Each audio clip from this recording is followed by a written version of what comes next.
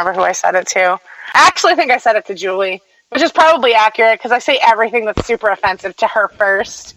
And if she laughs, then I run with it because she's as terrible as I am. And generally, I laugh at everything you say. This is great. And I said to her, oh my God, Sean Maluta's life must be very hard for the simple fact he is legitimately the ugly redheaded stepchild of his family. That's true. Of his entire, and it was funny because I was talking with Elena about it this week, and normally I'm not going to sit here and like judge somebody on vanity because fuck that. I am not a 10. Ty Dillinger's a 10. I am not a 10. Like, I'm not going to sit here and look down on somebody for their looks, but Sean Maluta looks like he got hit by a truck.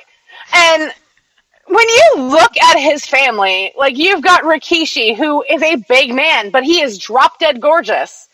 Like, you've got The Rock, who is gorgeous. You've got Roman Reigns, who I would probably fry an egg on his abs if he has any. Because he's so hot damn. Like, I may not like him in the ring, and I may not really care for his character, but if we're just talking strictly, like, aesthetically, Roman Reigns is beautiful. And then you've got the Usos, who I personally don't find all that attractive, but they are attractive guys. A lot of people find them attractive. And then you have Sean Maluta. And I'm just like, I mean, I would give you an opportunity too, because I feel bad for you. So, no, and it's like I said, I'm not about vanity. I am not the type of person who's going to sit here and pick favorites over, like, oh my God, like, this person's so hot, he's, like, my favorite wrestler. If that was the case, I would be the biggest Roman Reigns fangirl you've ever come across in your life, because who daddy? But, no. So, Hideo did as I asked him to, thank you, and kicked his fucking face off. I don't even know why he's suddenly on NXT. Like, he lost in the first round. Did you learn nothing by getting your face rearranged by Kota Ibushi? Did you not learn some lesson? Like, go to fucking church, Sean Maluta. I'm done with you. I think the reason why he was there was because around the time of his round of the Cruiserweight Classic, they were taping NXT at the same time, so they just utilized what they had. Get the fuck out of here. Anyway, so I can't with Sean Maluta. Like, I don't see anything special about him. And as soon as they mentioned he was related to the Samoan dynasty, I checked out. Like, that is why I checked out, because, like, these motherfuckers are, like, in their, like, swimwear now. It's like, you turn your head, there's a motherfucking Samoan who's related to Roman Reigns. Like, I'm so fucking sick of it. Like, stop breeding. Jesus Christ. Go fucking crack a coconut or some shit. But, like, so we got to see Mojo. He had a no contest because Joe is apparently mad at everybody. I would be too if Sean Maluta was on my show. He's like the only Samoan who's not related, and he's just like pissed as hell about it. So there was a backstage segment with Bayley. She's getting her rematch at NXT Brooklyn 2 against Asuka. Asuka, being the silent assassin that she is and very off the boat, told her to come watch her match in so few words. I'm gonna give you what she actually said. She was like, come to my match, bitch, because I'm gonna show you what I'm gonna do to you at NXT Brooklyn 2. I'm gonna kick your fucking face off. So Bayley comes out and she's sitting at commentary, but Asuka, being the sassy bitch she is, puts a chair down on the ramp so it's extra close, so Bayley can get a front row seat of the ass of Aaliyah being handed to Aaliyah via Asuka. Asuka, like, decimated and just treated Aaliyah like a bad piece of paper that just was going through a shredder, and it was absolutely wonderful. Yes, I used the paper reference because her personality is very similar. I am very salty right now. I'm sorry. I'm not sure why. So Aaliyah just, thanks for coming, I guess. Like, I guess, like, you know, you kind of did okay, but then you just got your ass removed from your body and gift wrapped, handed back to you. The coup de grace of this entire episode this week was the tag team thing. Oh, right. Like, TM6 won, the Revival, and fucking Ciampa and Gargano is perfect. We have been blessed. We have been blessed. Honestly, the interaction between TM61 and Gargano and Ciampa gave me so much life. It was so effortlessly funny. And, like, all of their personalities. I have a question. What's that? How did Elena survive that? She didn't. Oh, no, she didn't. TM61 talked. Elena was a puddle. So she did not fare well. She fared even less well over the, like, 12-second clip of Sabre Jr. Oh my god. Like, oh my god, I thought, like, all of a sudden I hear, like, fucking shrieking. And I'm like, okay, Sabre Jr.'s on TV, that's fine. But, so, you know, on NXT, TM61 took on the Revival. Because the Revival are dodging Ciampa and Gargano, like, you know, the homecoming queen dodges, like, afterbirth. Like, I don't know.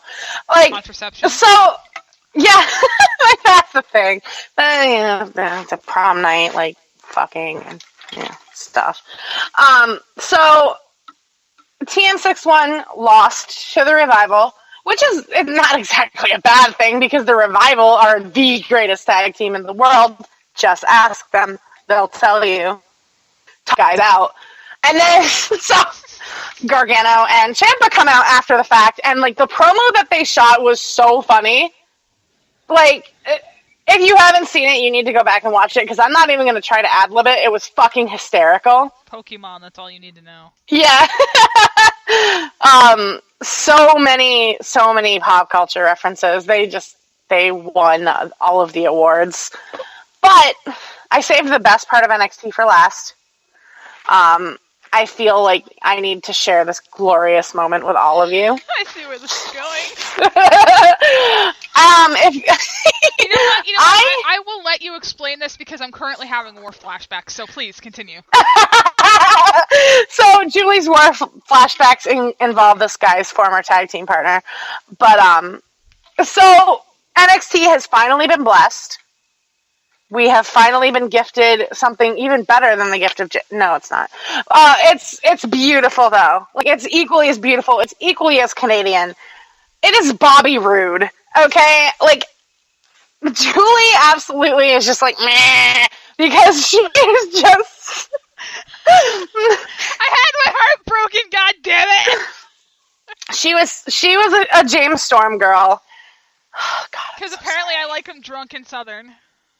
Well, that's why you apparently like me, because I'm now Southern, but, fag.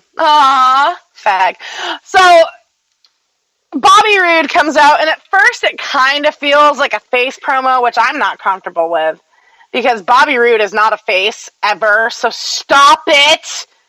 Don't break my heart. Bobby Roode's an asshole, and that's how he needs to stay. And then he, like, turns on the crowd, and the crowd hates him, and I'm happy as I've ever been in my life. And so Julie's war flashbacks come from the whole beer money thing.